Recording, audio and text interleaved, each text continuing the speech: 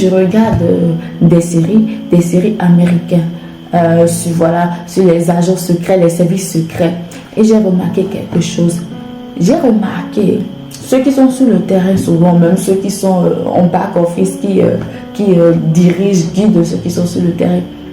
Lorsqu'il y a un blessé parmi eux, surtout ceux qui sont sur le terrain, lorsqu'il y a un blessé parmi eux, ils ne le laissent pas.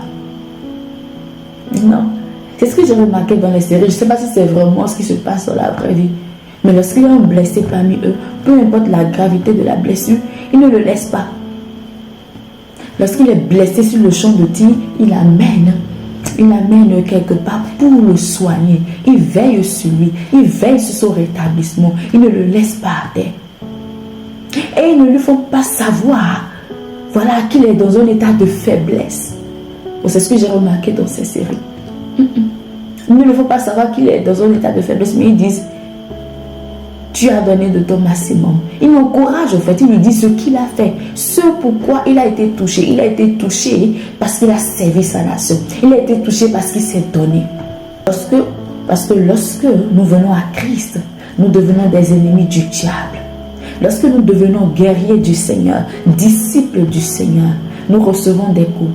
Lorsque ton frère reçoit un coup, est-ce que tu le fais montrer, est-ce que tu le montres qu'il est dans un état de faiblesse? Est-ce que tu le montres qu'il ne vaut plus rien parce qu'il a été touché?